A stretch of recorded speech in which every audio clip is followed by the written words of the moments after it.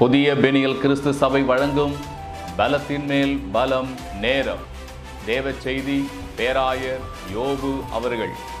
கர்த்தருடைய வார்த்தையை கேட்டு ஆசீர்வாதங்களை பெற்றுக்கொள்ளுங்கள். ஆண்டவரும் உலக இரட்சகருமாகிய இயேசு கிறிஸ்துவின் இனிய நாமத்தில் வாழ்த்துக்கள்.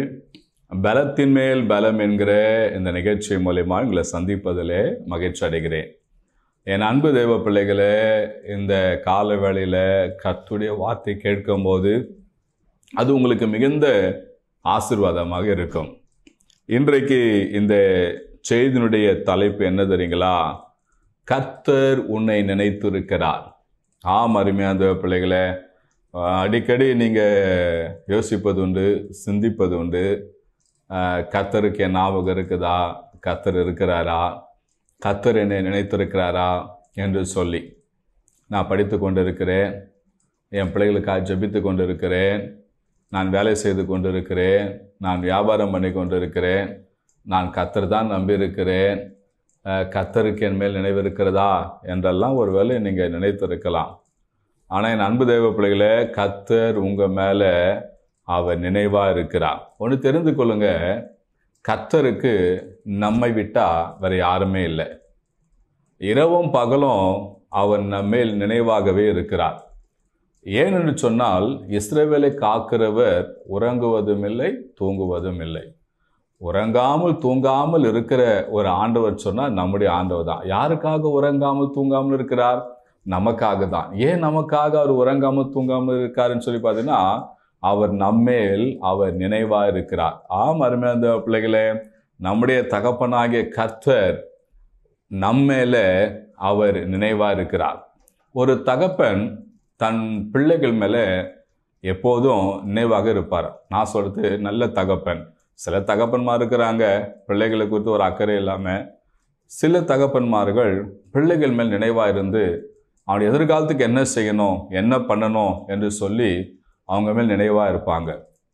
நான் ஒரு முறை என் மூத்த மகளுக்கு ஸ்கூலில் சேர்ப்பதற்கு நாங்கள் ஒரு ஸ்கூலில் ஷீட்டு வாங்கினோம்.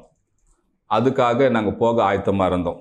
அப்போது என் மனைவி சொன்னால், நம்ம காலையில் 4 மணிக்கெல்லாம் போய் அங்கே இடம் பிடிக்கணும் அப்படின்னு சொன்னான். நான் சொன்னேன், நீ என்ன பைத்தியக்காரியா? 4 மணிக்கு போய் யாரும் நிற்பாங்களா? இல்லை நீ வா அப்படின்னு சொன்னால் ரொம்ப என்னை சண்டை போட்டு இட்டுன்னு போனால் நானும் போயிட்டேன். நான் நினச்சேன், நம்ம தான் முன்னாடி நிற்க போகிறோம்போது நினச்சேன். ஆனால் பார்த்தா எங்களுக்கு முன்னாடி ஒரு 200 பேர்கிட்ட இருப்பாங்க, அங்கேயே படுத்துட்டு இருக்கிறாங்க. ஆச்சரியமாக ஆயிடுச்சு. காப்பிலாம் விற்கிறாங்க வேறு நேரத்துக்கு. சரி, நாங்கள் 200க்கு மேலே தான் நாங்கள் போய் நின்னோம். நான் 4 மணிலேருந்து நான் பார்த்தீங்கன்னா 9 மணி வரைக்கும் நாங்கள் அந்த க்யூவில் காலை விடிகால் 9 மணி வரைக்கும் நாங்கள் நின்றுட்டு இருந்தோம். அப்போ எங்களுக்கு முன்னாடி நான் அந்த 200 பேர் எப்போ வந்து நைட்டே வந்து படுத்துட்டாங்களாம். அவங்களாம் போலீஸ்கார் வந்து அவங்கள அனுப்பிட்டுருக்காங்க. மறுபடியும் வந்து அவங்க அந்த இடத்த பிடிச்சிட்டாங்க. அங்கே இருக்கிற ஷீட்டே 100 ஷீட்டு தான். ஆனால் அதுக்கப்புறம் பார்த்தீங்கன்னா கிட்டத்தட்ட 500 பேருக்கு மேலே அது இருந்தாங்க. கர்த்தநாம ஸ்தோத்திரம். அது யோசிக்கும் போது அப்போ நல்ல தகப்பன்மார்கள் இருக்கிறாங்க. தன் பிள்ளைகள் நல்லா படிக்கணும்னு சொல்லி அந்த நினைவோடு வந்து செயல்படுற பிள்ளையாக இருக்கிறாங்க. இப்போது கூட நாங்கள் ஒரு நியூஸில் பார்த்தோம். அதில் பார்த்து நிறைய தகப்பன்மாருங்க அங்கேயே பாய் போட்டு படுத்து இருந்தாங்க, பிள்ளைகளுக்கு ஷீட் வாங்கணும்னு சொல்லி. இப்போ அநேக ஸ்கூலில் அது நடந்து கொண்டு இருக்கோம். என் அன்பு தேவ பிள்ளைகளே, அப்போது சில தகப்பன்மார் இருக்கிறாங்க, பிள்ளைகள் நினைவாக இருக்காங்க. அதை காட்டிலும் நம்மேல் அதிக நினைவுள்ளவர் யாருன்னு சொல்லி பார்த்தோன்னா நம்ம ஆண்டவராகிய இயேசு கிறிஸ்து தாங்க. அவர் நம்மேல் நினைவாக இருக்கிறார். அதுக்கு ஆதாரமாக ஒரு வசனத்தை சொல்லி நான் உங்களுக்காக ஜெபிக்க போகிறேன். சங்கீதங்களின் புஸ்தகம் 115ஆம் சங்கீதம் அதில் 12வது வசனத்தை வாசிப்போம்னால், கர்த்தர் நம்மை நினைத்திருக்கிறார், அவர் நம்மை ஆஸ்வதிப்பார். கர்த்தர் நாம ஸ்தோத்திரம். அருமையான தேவ பிள்ளைகளே, கர்த்தர் உங்கள் மேல் நினைவாக இருக்கிறார். என்ன நினைவுன்னு சொன்னால், என் பிள்ளைகளை நான் ஆஸ்வதிக்கணும். என் பிள்ளைங்க ஆஸ்வதிக்க எதிர்பார்த்து கொண்டிருக்கிறாங்க. என் பிள்ளைகளுக்கு ஏற்ற நேரத்தில் ஆஸ்வத்தை கொடுக்கணும், ஏற்ற நேரத்தில் ஆஸ்வத்தை கொடுக்கணும்னு சொல்லி அவர் உங்கள் மேல் நினைவாக இருக்கிறாராம். எந்த நேரத்தில் என்ன ஆஸ்வதம் கொடுக்கலான்னு சொல்லி. இன்றைக்கி சில பேர் ஆஸ்வதை கேட்குறாங்க, கிடைக்க மாட்டுதே என்று சொல்லி சோர்ந்து போகிறாங்க. நீங்கள் கேட்டுகிட்டே இருங்க. கர்த்தநாம ஸ்தோத்திரம். ஆண்டவர் ஏற்ற நேரத்தை ஏற்ற வேளை உங்களுக்கு ஆசீர்வாதங்களை கொடுப்பாருங்க. கர்த்தநாமத்துக்கு ஸ்தோத்திரம். இப்போது ஒரு சின்ன குழந்தை இருக்குது, அதுக்கு ஒரு சின்ன சைக்கிள் தான் ஓட்ட முடியும். அதுக்கு ஒரு பெரிய சைக்கிள் கொடுத்தா ஓட்ட முடியுமா? ஆனால் சின்ன குழந்தைங்களுக்கு பெரிய சைக்கிள் ஓட்டணும் ஆசைப்படும், முடியாது. அதே போல தான் ஆண்டவர் உங்களுக்கு எந்த நேரத்தில் எப்பொழுது என்ன ஆசீர்வாதம், என்ன உயர்வு கொடுக்கணும்னு சொல்லி அவருக்கு தெரியும். ஆனா நிச்சயம் ஆண்டவர் உங்களுக்கு சிறந்த ஆசீர்வாதம் கொடுப்பார். ஏன்னு சொன்னா அவர் உங்க மேல் நினைவா இருக்கிறாருங்க. அவர் உங்க மேல் நினைவா இருக்கிற பின்னால ஏற்ற நேரத்துல, ஏற்ற வேளையில, சரியான நேரத்துல உங்களுக்கு சிறந்த ஆசீர்வாதங்களை ஆண்டவர் கொடுப்பாருங்க. பாருங்க என் அன்பு தேவ பிள்ளைகளே, ஆண்டவர் உங்களை ஆஸ்வதிக்கிற தேவனா இருக்கிறார். அவர் என்ன ஆசீர்வாதத்தை உங்களுக்கு கொடுக்க போகிறார் தெரியுங்களா? கர்த்தராம ஸ்தோத்திரம். ஆண்டவர் பாருங்க ஆபிரகாமுக்கு ஒரு ஆசீர்வாதம் கொடுத்தாருங்க. ஆபிரகாமு கொடுத்த ஆசீர்வாதத்தை குறித்து நாம் பார்க்கும்போது அதுல பாருங்க அப்போஸ்தலர் புஸ்தகம் 7ஆம் அதிகாரம் அதுல 2வது வசனத்திலிருந்து சொல்லப்பட்டது, அதற்கு அவன் சகோதரே பிதாக்களே கேளுங்கள், நம்முடைய பிதாவாகிய ஆபிரகாம் காரான் ஊரிலே குடியிருக்கும் முன்னமே மெசொப்பொத்தேமியா நாட்டில் இருக்கும்போது மகிமையின் தேவன் அவனுக்கு தரிசனமானார். நீ உன் தேசத்தையும் உன் இனத்தையும் விட்டு புறப்பட்டு நான் உனக்கு காண்பிக்கும் தேசத்துக்கு வா என்றார். அப்போது அவன் கல்திய தேசத்தை விட்டு புறப்பட்டு காரான் ஊரிலே வாசம் பண்ணான். அவனுடைய தகப்பன் மரித்த பின்பு அவ்விடத்தை விட்டு நீங்கள் இப்போது குடியிருக்கிற இந்த தேசத்துக்கு அவனை அழைத்து கொண்டு வந்து குடியிருக்கும்படி செய்தார். கர்த்தர் நாம ஸ்தோத்திரம். பாருங்க ஆண்டவர் ஆபிரகாமுக்கு எப்படி அவனை ஆசீர்வதித்தார், எப்படி அவனுக்கு ஆசீர்வாதம் வந்தது என்று சொல்லி பார்க்கும்போது ஆண்டவரை குறித்து இங்க ஆபிரகாம் குறித்தும் ஆண்டவர் ஆஸ்வதிக்கிற அந்த ஆசீர்வாதத்தை குறித்தும் இந்த ஸ்தேவான் அப்போஸ்தலர் 7ஆம் அதிகாரத்தை மிக அழகா தெளிவா சொல்லியிருக்கிறார். அப்படின்னு சொல்லி அந்த காரியம் எங்க நடந்தது என்று சொல்லி பார்த்தீங்கன்னா ஆதியாகமம் 12ஆம் அதிகாரத்துல அதுல பாருங்க 1ஆம் வசனத்திலிருந்து 4ஆம் வசனத்துக்கு வாசித்து பார்த்தீங்கன்னா கர்த்தர் ஆபிரகாமை நோக்கி நீ உன் தேசத்தையும் உன் இனத்தையும் உன் தகப்பன் வீட்டை விட்டு புறப்பட்டு நான் உனக்கு காண்பிக்கும் தேசத்துக்கு போ. நான் உன்னை பெரிய ஜாதியாக்கி உன்னை ஆஸ்வதித்து உன் பேரை பெருமைப்படுத்துவேன். நீ ஆஸ்வதமா இருப்பாய். உன்னை ஆஸ்வதிக்கிறவர்களை ஆஸ்வதிப்பேன், உன்னை சபிக்கிறவர்களை சபிப்பேன். பூமியில் உள்ள வம்சங்கள்லாம் உனக்குள் ஆஸ்வதிக்கப்படும் என்றார். கர்த்தர் நாம ஸ்தோத்திரம். கர்த்தர் ஆபிரகாம் சொன்னபடி அவன் புறப்பட்டு போனான்.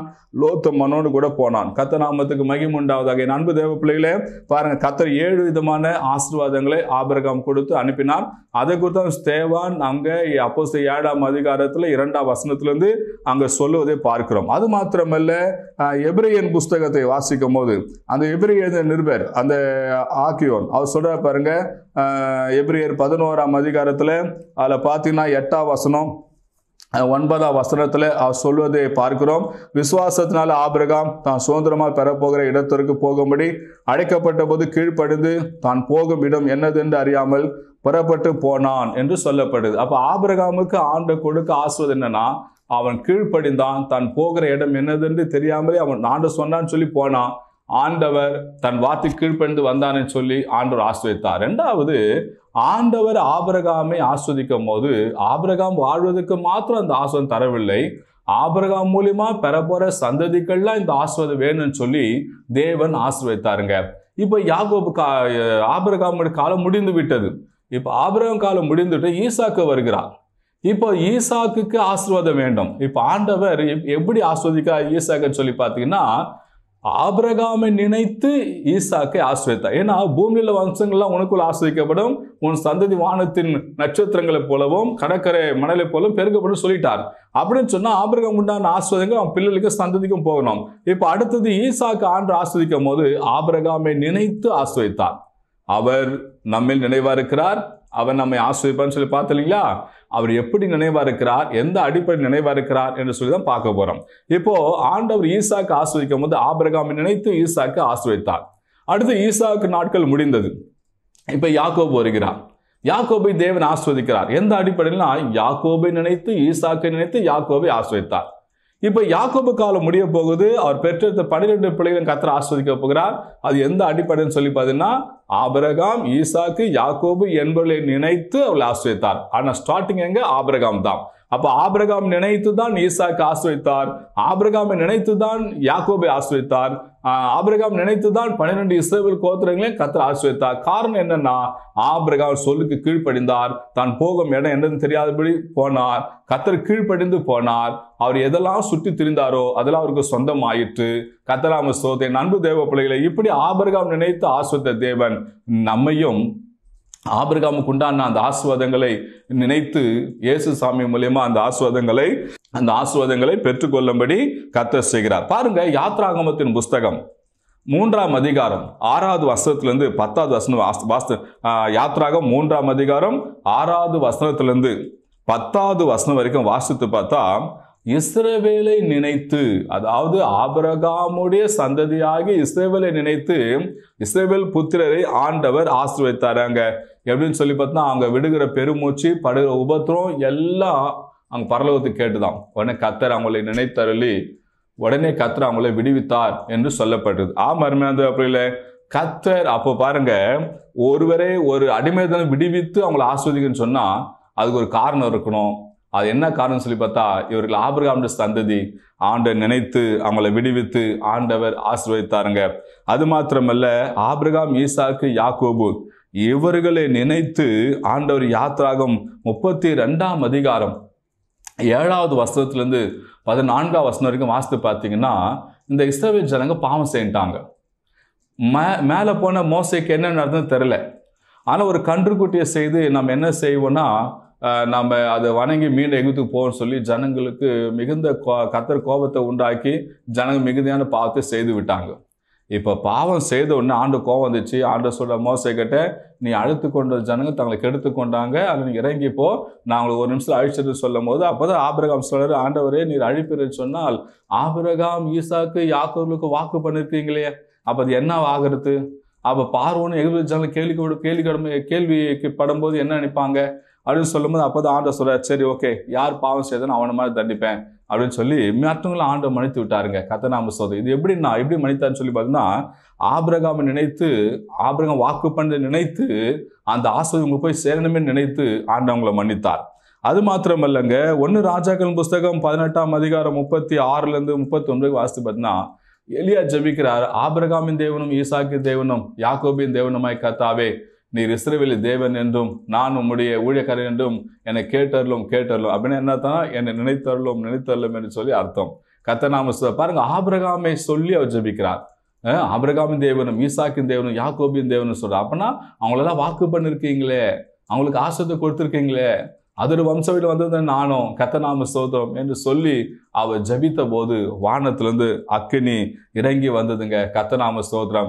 என் அன்பு தேவ பிள்ளைகளே, அப்ப நாமும் கூட ஜபிக்கும் போது, கர்த்தாவே ஆபிரகாம் ஆசீர்வதித்தவரே என்னும் ஆசீர்வதிங்க அப்படின்னு நம்ம சொல்லலாம். யாருக்குன்னா ஆண்டவர் இயேசு கிறிஸ்து. ஏன்னா ஆண்டவர் இயேசு கிறிஸ்து அந்த சந்திலிருந்து வந்தவர். இப்ப யாரெல்லாம் ஆண்டவர் இயேசு கிறிஸ்து ஏற்றுக்கொள்றாங்களோ ஆபிரகாமுக்கு உண்டான ஆசீர்வாதம் அது தேவ பிள்ளைகளுக்கு உண்டுங்க. யாத்திராகம் 3ஆம் அதிகாரம் 13ஆம் வசனம் 14ஆம் வசனத்தை வாசித்து பார்த்தீங்கன்னா, அங்க சொல்லப்படுது, மரத்து தூக்கப்பட்ட எவனும் சபிக்கப்பட்டவர் என்று எழுதியிருக்கிறபடி கிறிஸ்து நமக்காக சாபமாகி நியாயபரமான சாபத்துக்கு நம்மை நீங்களாக்கி மீட்டு கொண்டார். அது மாத்திரமல்ல, ஆபிரகாமுக்கு உண்டான ஆசீர்வாதங்கள் இயேசு கிறிஸ்து பெற்றுக்கொள்ளும்படி தேவன் உதவி செய்தார் என்று சொல்லப்பட்டது. அதை அன்பு தேவ பிள்ளைகளே, ஆண்டவர் இயேசு கிறிஸ்து நோக்கி யாரெல்லாம் ஜெபிக்கிறாங்களோ ஆண்டவர் உடனே ஆபிரகாம் கொண்டு சொன்ன அந்த ஆசீர்வாதங்களை நினைத்தருளி அவங்களை ஆஸ்வதிக்கிற தேவனாக இருக்கிறார்.